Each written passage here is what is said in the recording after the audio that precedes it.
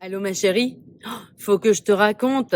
Hier matin, sur le chemin du taf, il y a un mec qui a embouti ma voiture au feu rouge de Mamao. Tu sais, à côté du bâtiment où il y a le cabinet d'art hypnose. Ah, j'étais furieuse. Je suis descendue, je l'ai traité de tous les noms d'oiseaux. Non mais sérieux, il sait pas conduire.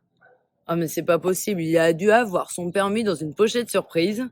C'est quand même dingue d'être aussi incompétent et inattentif. Surtout que des feux rouges, ça manque pas, hein? Et c'est pas comme si c'était pas dangereux. Ah non, t'inquiète pas, il y a eu plus de peur que de mal, c'est que de la carrosserie. Mais enfin, du coup, j'étais en retard au boulot. Et en retard un lundi matin, alors que ça fait que 3 semaines que t'es dans la boîte, eh ben ça passe pas bien, hein. T'aurais dû voir les regards de mes collègues. Et mon chef m'a même convoqué en me faisant comprendre que un peu plus de ponctualité serait apprécié par tout le monde. Qu'on appelle ça le respect par rapport à lui et aux gens avec qui je bosse. Non mais sérieux, il ne m'a même pas laissé expliquer la situation, hein. Et bim, le biais acteur-observateur a encore frappé. Ce biais fait référence à notre tendance à attribuer des causes internes au comportement des autres lorsque nous sommes observateurs et des causes externes à nos propres comportements quand on est acteur. Explication. Quand dans la vidéo elle raconte l'accident en tant qu'observatrice, elle présume de l'incompétence comme conducteur du monsieur qui a embouti sa voiture. La question de la situation dans laquelle il a eu ce moment d'inattention ne l'effleure même pas. Il est peut-être infirmier de nuit, qui rentre crevé de sa 3e nuit de garde de la semaine. Et il s'est peut-être assoupi l'espace d'un instant sur le chemin de la maison où l'attend sa fille qu'il doit conduire à l'école. Par contre, quand elle raconte ce qui s'est passé au boulot, elle est actrice cette fois-ci.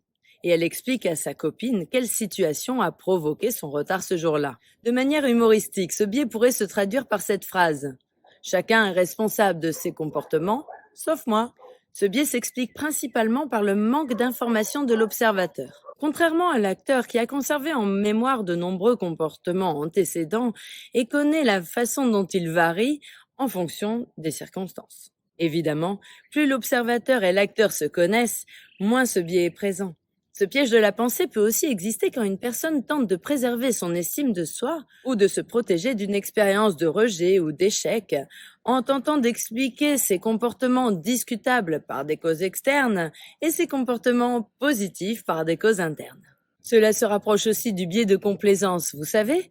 Si je réussis, c'est grâce à moi. Si j'échoue, ce n'est pas de ma faute. C'est sûr que préserver une bonne estime de soi est important pour notre bien-être de tous les jours. Et ce processus inconscient non intentionnel nous aide à nous décharger d'une culpabilité excessive. Force est de constater que ce biais manque cruellement lors de nos épisodes dépressifs où la tendance est plutôt à l'autoflagellation. Pourtant, il est parfois bon d'appuyer sur pause et envisager des causes alternatives à vos expériences négatives. Et si besoin, réajuster le tir pour ne pas manquer la cible. Vous savez la cible, ce qui est important pour vous. Je vous remercie pour votre écoute. À très bientôt. Nana.